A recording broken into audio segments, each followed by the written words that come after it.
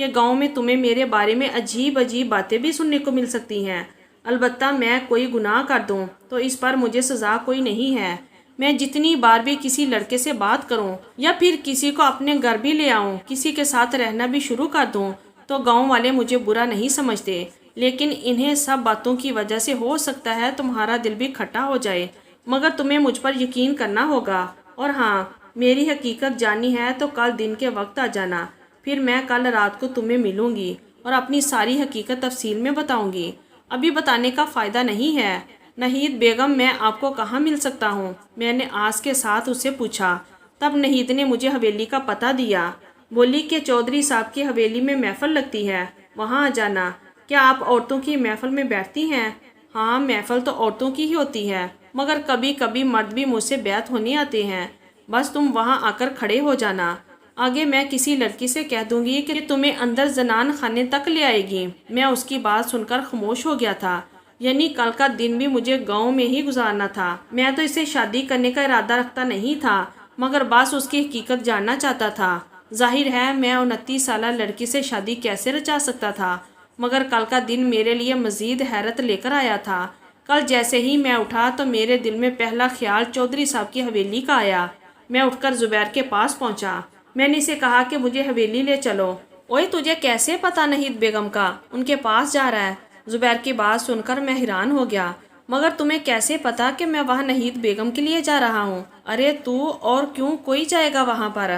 اکثر لوگ بس نہید بیگم کے لیے ہی تو وہاں جاتے ہیں، لیکن تمہیں ایک بات کا خیال رکھنا ہوگا، نہید بیگم کے بارے میں کوئی بھی غلط بات نہیں کرنا۔ اگر تم یہ بھی کہہ دو گے نا کہ تم ان کے ساتھ رہے ہو، کچھ عرصہ ان کے ساتھ وقت گزار کر آئے ہو، تو کوئی تم پر یقین نہیں کرے گا، اور نہ ہی لوگ نہید بیگم کو ایسا سمجھتے ہیں۔ اگر سمجھ بھی لیں، ان کو یقین ہو جائے کہ کسی نے نہید بیگم کے ساتھ وقت گزارا ہے، تو وہ سزا اسے دیں گے، نہید بیگم کو نہیں۔ کیا مطلب ہے تمہارا؟ کیا نہید بیگم یہاں پر اتنی مشہور ہے؟ مشہور ہونے کے ساتھ ساتھ لوگ ان کی عزت بھی کرتے ہیں۔ انہیں دیکھنے کا شرف بھی کسی کسی کو ہی نصیب ہوتا ہے۔ جسے خود وہ اپنے پاس بلا لے وہ چلا جاتا ہے، ورنہ تو گاؤں کا کوئی آدمی انہیں ان کی مرضی کے بغیر نہیں دیکھ سکتا۔ وہ صرف عورتوں میں ہی بیٹھتی ہیں۔ میں زبیر کی بات سن کر اپنی خوش قسمتی پر رشک کرنے لگا۔ اچھا ٹھیک ہے۔ اس دن میں چودھری صاحب کی حویلی میں پہنچا تو میں نے دیکھا عورتوں کا ایک جمگٹھا تھا جو حویلی کے باہر بنے باغ میں بیٹھا ہوا تھا۔ سب عورتیں باتیں کر رہی تھی۔ مجھے دیکھ کر ایک لڑکی آگے آئی، کہنے لگی کہ آپ اس طرف آ جائیے۔ وہ مجھے اندرونی راستوں سے گزارتی ہوئی ایک زنان خانے میں لے کر چلی گئی۔ وہاں پر ایک جالی سی بنی ہوئی تھی۔ اس نے مجھ سے کہا کہ نہید بیگم یہاں آ کر بیٹھیں گی۔ جالی کے پار سے منظر صاف صاف نظر آ رہا تھا، یعنی کہ میں ابھی نہید بیگم کو بغیر میک اپ کے دیکھ سکتا تھا۔ تھوڑی ہی دیر کے بعد وہ جلوہ فروز ہوئی تو میں دیکھتا ہی رہ گیا۔ میک اپ میں تو میں نے اسے بڑی عمر کا جانا تھا، لیکن وہ تو 24-25 سال سے زیادہ نہیں لگ رہی تھی۔ چہرے پر معصومیت بھی تھی اور ایک آنکھوں میں جلالی پن بھی، جسے دیکھ کر میں حیران ہوئے بغیر نہ رہ سکا۔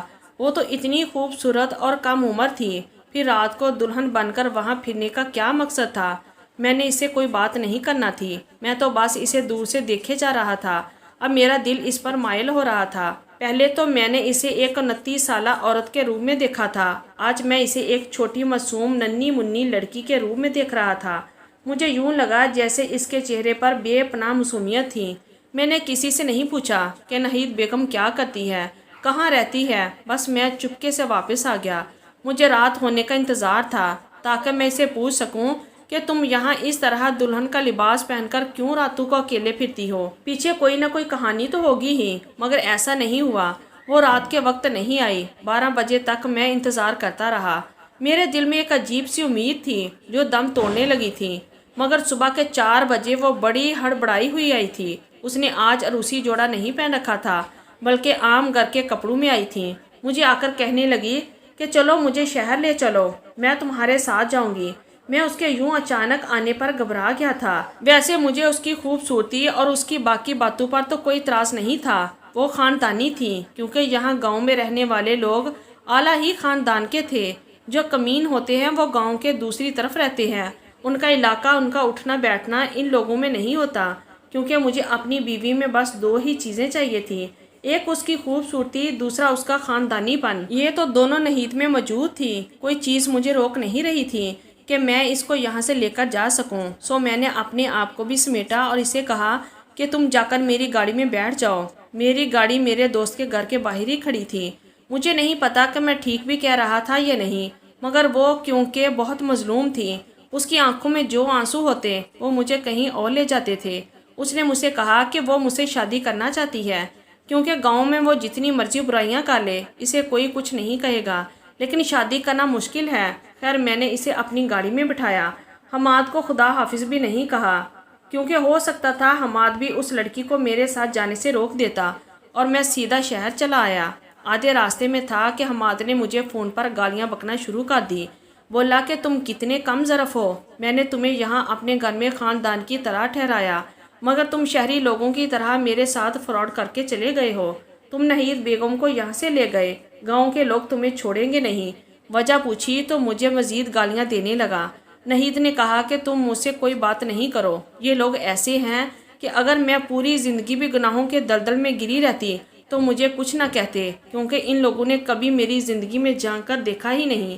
لیکن اب میں شادی کروں گی۔ شادی کرنا میری فطری ضرورت اور میرا ذہنی اور بنیادی انسانی حق ہے، اسے مجھ سے کوئی نہیں چھین سکتا۔ ان لوگوں نے بہت کوشش کی کہ کسی طرح شادی سے میرا دل اٹھ جائے، مگر میں ایسا نہیں کروں گی۔ میں کیونکہ گناہوں کی دلدل میں پھنسوں۔ ان لوگوں نے مجھے اجازت دے رکھی تھی کہ تم نے جس بھی لڑکے سے چاہو دوستی کر لو، کسی کے ساتھ وقت بتانا ہے تو بتا لو، مگر شادی کرنے کے بارے میں مت سوچنا۔ لیکن کیوں؟ میں نے نہید سے سوال کیا تو اس نے جو بات مجھے بتائی تھی وہ بڑی عجیب تھی۔ ہمارا خاندان بہت اچھا ہے، ہمارے پاس دولت کی بھی کوئی کمی نہیں ہے، لیکن تم جانتے ہو ہمارا ذریعہ آمدن کیا ہے؟ پیری مریدی اور فقیری کا سلسلہ ہے، جس پر لوگ اندھا دھندہ اعتبار کرتے ہیں۔ ہمارے خاندان کی ایک عورت پوری زندگی کے لیے اسی سلسلے میں قربان کر دی جاتی ہے، پھر نہ وہ شادی کر سکتی ہے نہ باہم اولاد پیدا کر سکتی ہے۔ اس پر دنیا کی ہر خوشی حرام ہو جاتی ہے۔ بعض تو اپنے بال بھی منڈوا دیتی ہیں اور پھر لوگوں کے سامنے یہی ناٹک کرتی ہیں کہ ہم نے تمہارے لیے اپنی زندگی قربان کر دی، اب تم ہمارا خیال رکھو گے۔ گاؤں کے لوگ بڑے بے وقوف ہیں، وہ بھی ان باتوں میں آ جاتے ہیں، بس ان عورتوں کی پوجا نہیں کرتے، باقی کوئی کسر نہیں چھوڑتے۔ کھانے پینے کی، رہنے کی کوئی تنگی نہیں ہوتی ان کو، مگر ایک عورت اپنی زندگی میں شادی کرنا چاہتی ہے، بچے پیدا کرنا چاہتی ہے، بس ہمیں اس کی اجازت نہیں ہوتی، باقی ہر چیز کی اجازت ہوتی ہے۔ ان لوگوں کے خیال میں شادی کر کے انسان کا نظریہ بدل جاتا ہے، وہ خود غرض ہو جاتا ہے، وغیرہ وغیرہ۔ اس طرح کی باتوں کی وجہ سے ہماری کئی عورتیں ایسی ہی زندگی بھر بنا شادی کے فوت ہو گئی، بیچاری اسی طرح ساری زندگی اپنے ارمانوں کے لیے تڑپتی رہی، مگر ان میں سے کسی کا بھی کوئی ارمان پورا نہیں ہوا۔ تم میرے بارے میں یہ مت سوچنا کہ میں نے کوئی گناہ کیا ہے، بس میں نے گناہ سے بچنے کے لیے ہی تو تم سے نکاح کرنے کی حامی بھری۔ تمہیں میں زیادہ جانتی بھی نہیں، تمہارے ساتھ بھاگ آئی ہوں کہ تم مجھے عزت سے رکھو گے، ایک فطری زندگی دو گے، نہ کہ میں پیرنی بن کر جھوٹی عزت بٹورتی رہوں۔ میرے دل میں شادی کا اتنا ارمان تھا کہ میں ہر رات دلہن بن کر اس گھر میں جاتی تھی۔ وہ حماد کے چچا کا گھر ہے، یہ لوگ ہمارے رشتہ دار ہیں، بس میں وہاں جا کر خود کو آئینے میں دیکھتی، دلہن کے لباس میں اور صبر کا گھونٹ بھر لیتی تھی، مگر میں یہ نہیں جانتی تھی کہ ایک دن تم میری زندگی میں آؤ گے۔ مجھے تمہارے آنے سے جو خوشی ہوئی میں تمہیں بتا نہیں سکتی۔